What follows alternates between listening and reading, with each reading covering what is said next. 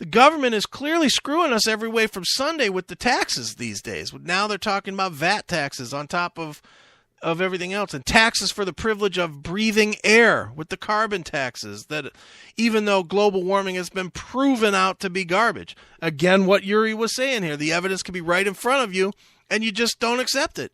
It has been proven point blank that the earth is cooling. Every scientific record you can find shows that the earth is cooling and that global warming is a sham. Yet, we're still getting jammed up with global warming and global warming tax, and there's still people that are like, all right, well, we need it. We got to make the economy better. We got to make the environment better, rather.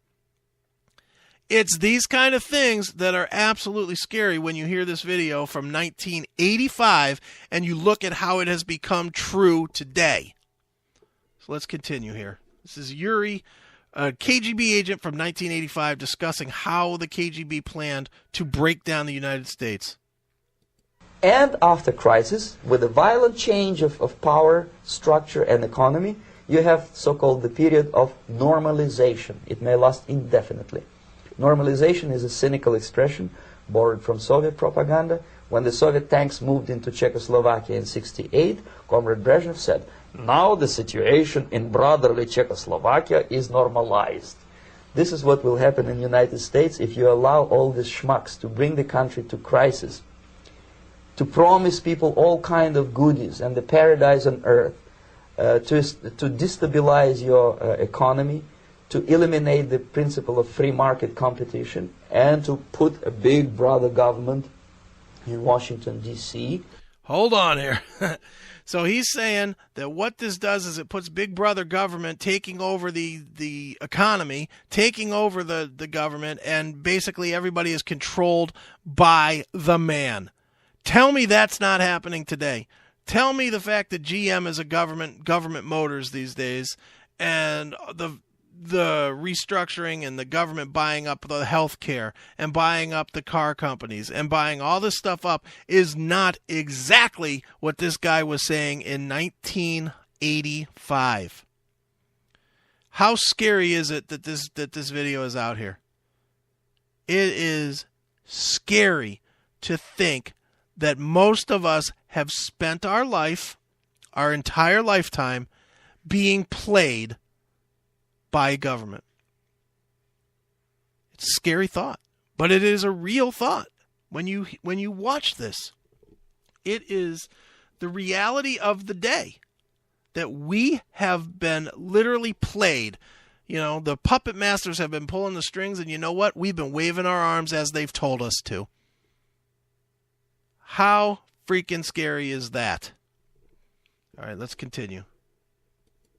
With benevolent dictators like Walter Mondale, who will promise lots of things, never mind whether the promises are fulfillable or not. So Walter Mondale promising lots of things, and it doesn't matter if the promises are fulfilled or not. President Barack Obama promised lots of things in his campaign. How many has he delivered now? How many? And yet it doesn't matter. Scary stuff, folks. Your leftists in United States, all these professors and all these beautiful civil rights defenders, they are instrumental in the process of the subversion only to destabilize the nation. When their job is completed, they are not needed anymore. They know too much. Some of them, when they get disillusioned, when they see that Marxist-Leninists come to power, obviously they get offended. They think that they will come to power. That will never happen, of course. They will be lined up against the wall and shot. But they may turn into the most bitter enemies of Marxist-Leninists when they come to power. And that's what happened in Nicaragua. You remember most of these former Marxist-Leninists were either put to prison or one of them split, and now he's working against Sandinistas. It happened in Grenada when Maurice Bishop was already a Marxist. He was executed by a new Marxist who was more Marxist than this Marxist. Same happened in Afghanistan when first there was Taraki, he was killed by Amin, then Amin was killed by Babrak Karmal with the help of KGB. Same happened in Bangladesh when Mujibur Rahman, very pro-Soviet leftist, was assassinated by his own Marxist-Leninist military comrades. It's the same pattern everywhere. Let's divide. So there you go. I guess President Obama doesn't have a long history to look forward to. If that plays out, geez. Ooh, man. This whole thing is just scary. I mean, it really is. When